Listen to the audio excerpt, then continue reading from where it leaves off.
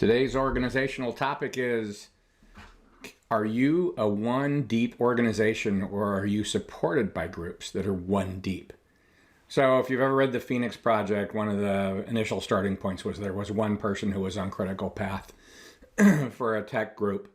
And a lot of the book is really around how to create processes around that.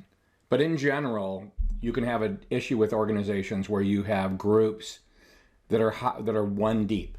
And basically what I'm talking about here is a group where really there's only one person who understands that team processes, or there's one person not who can make a decision, because that happens all the time, but like one person who could make the decision if they were empowered, like one person who understands enough to make the decision. So my view on this is you really want to look at any of your critical teams. And look, I'm not talking about a team of 3 to 5 people, because the reality is in a team of 3 to 5 people, a lot of time that's a one main person team and a bunch of people helping, or a team of peers or whatever, but you could see that happening.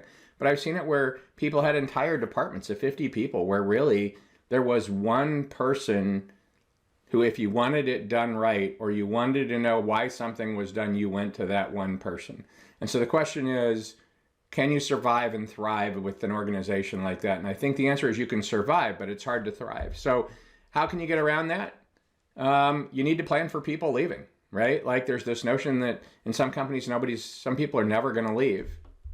And I don't think that is a long-term plan, that people aren't going to leave. So you need to plan for that, which means we need to groom people into those slots. In addition, we want the person that's there to be mentally healthy. So we need to figure out another path. Like I've worked places where we took an agile mentality to critical path, and we rotated people through some role on a program increment, or every other sprint, or every couple sprints. And we either rotated people through a role, or we used those short cycles to give people a little step-up opportunity for some short period of time, and then they would go back to their job for a month, and then they would come and roll back in. There's also, sometimes people want to keep that control. We used to joke that Linux sysadmins, they were the key, and database admins, they were like the keeper of all secrets, because their value was directly tied to how much they knew that other people didn't know. So we need to make it clear that people can actually get moved up or promoted and get other exciting roles, but part of that is actually them making sure somebody else is capable of taking that job. If somebody's totally dumb and happy where they are and they have no issue moving up, it becomes more of a problem. Then you got to figure out some other path for them. Another option is to do paired. So you could actually have people that are team leads, but they could pair off, or do the agile thing where maybe they rotate the team role on a regular basis. So one of them can be a contributor and the other one can be a team lead.